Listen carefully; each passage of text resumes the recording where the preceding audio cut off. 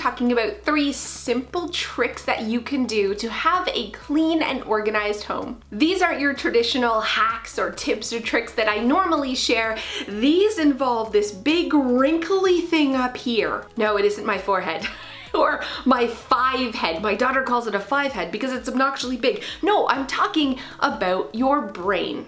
These are 3 things that you can do to trick your brain into thinking you actually like cleaning and organizing. The first tip is crazy simple. It's called mindset. And this isn't just for like yoga loving, crystal wearing, essential oil huffing people. This works for everyone. Basically what I want you to do is change your wording and change the way you're thinking about things. So it's totally the power of positive thinking. And all the time we have negative thoughts when it comes to housework. So, I don't want to put away the laundry, or I have to put away the laundry, it's such a chore. Instead, tell yourself, I love having a clean bedroom. I get to have a clean bedroom. It's a simple, tiny shift in your mindset that will make you actually want to put away your laundry. I'm not gonna pretend that I love folding laundry, that it's now like, woohoo, folding laundry time, but I do love the results. And when I focus on that, when I focus on the positive, the happy, joyful, I feel good feelings that come at the end, it actually motivates me to get the work done. When I focus on how much it sucks to fold laundry, I'm totally gonna procrastinate it and put it off. The next brain trick is for your family. Instead of nagging your family for what they don't do, try the opposite. It's called positive reinforcement. For any time that they do something, it's like any positive behavior. They're like, they put their garbage in the garbage. They put their dish in the dishwasher. When these things happen, it's called the cookie method. You reward them. Kind of looks a little bit like training a dog when they do a trick and giving them a treat, except the treat is like your words of praise. You're doing awesome. I definitely didn't put the big pillows on full. It's all good. You did so good. I'm so proud of you. All right, look what I got for you because you nailed it. Wait for it. Why? Because you did an awesome job. Come see the coolness. What? Come here. You know I do love Pokemon, so thank you. Last but not least, the final mind trick is positive association.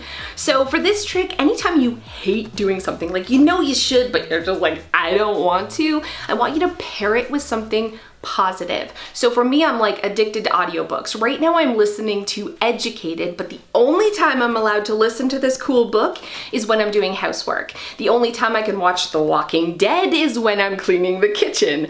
And so I want to do it other times, but I've paired those with something that I don't want to do so that the negative is paired with a positive. So putting those two together is like motivation magic. It really works.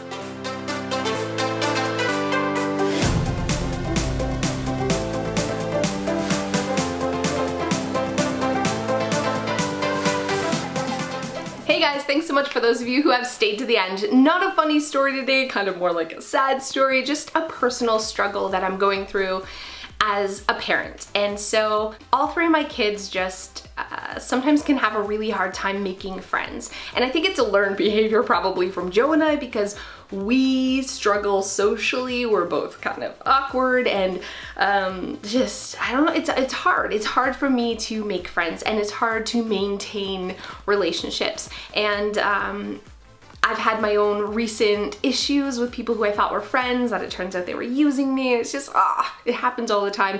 And it's happening to my kids too. So Milo has been getting really into Pokemon cards, and anytime he does a chore, he has to earn a card by doing a chore. And so he's been collecting them in this binder and he's so proud of them and he wanted to bring them to school. And I was really reluctant, but I let him today bring his binder to school and he came home with over half of them gone. He thought if he gave them his precious things that he loves, and he said to me, he's like, making friends is more important than even my Pokemon cards, Mom. So I'm heartbroken. I'm heartbroken for him that he felt it was necessary to do that in order to get the kids to like him. And he was bawling because even after he gave them all of his cards, they still wouldn't play with him. Sorry, oh, I'm getting emotional because he's such a cool little freaking kid. And I mean, I think he's cool. I'm biased. Do I have a point to this story other than being just a blubbering crybaby? Not really, other than I love my kids. And I think maybe you can relate. I have a feeling that a lot of you can relate. I feel like this is like a universal human thing that we want to love and just be loved and be positive and have positive people in our life, but it just doesn't always work out like that.